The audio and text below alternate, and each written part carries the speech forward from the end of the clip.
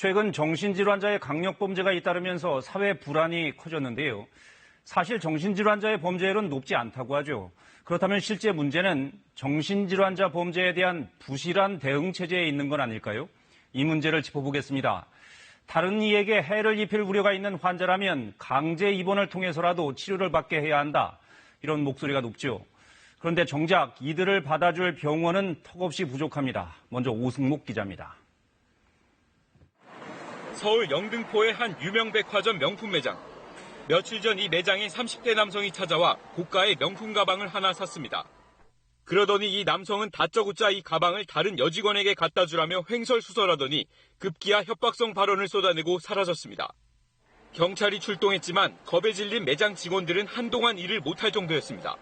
매장 직원 같은 경우는 근무를 안 하셨기 때문에 그 일 이후로 20여 명의 경찰이 주변을 샅샅이 뒤진 끝에 신고 8시간 만인 밤 8시쯤에야 이 남성을 인근 모텔 앞에서 붙잡았습니다.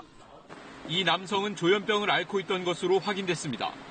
경찰은 다친 사람이 없어 이 남성을 구속할 수는 없었지만 검거 후에도 계속 자해를 하고 발작 증상을 일으켜 응급 입원시키기로 결정했습니다. 하지만 경찰은 검거 후 7시간이 더 지난 다음 날 새벽에야 이 남성을 입원시킬 수 있었습니다. 한 10여 군데 정도 계속 알아봤는데 병실이 없다, 아니면 당직 의사가 없다, 병원을 찾지 못하다가 광진구에 있는 국립정신건강센터와 연결이 돼서 그쪽으로 입원을 시켰죠.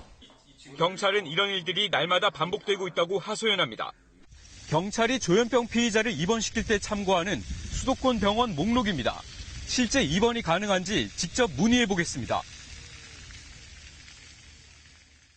지금 30대 남자 환자 입원할 수 있는 병상이 있나요?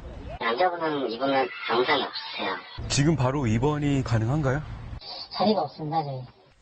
영등포경찰서 참고 목록에 나온 7곳 가운데 바로 입원이 가능하다고 응답한 곳은 단 한 곳뿐. 실제 서울시 전역에서 정신병 환자를 입원 수용할 수 있는 병상 수는 해마다 줄어들고 있습니다. 조현병 환자의 경우 치료만 잘 받아도 폭력성과 범죄 위험성이 크게 줄어듭니다. 원활한 입원 치료만이 범죄를 막을 열쇠지만 경찰은 밤낮 없이 입원 치료할 병원을 찾아 헤매는 실정입니다.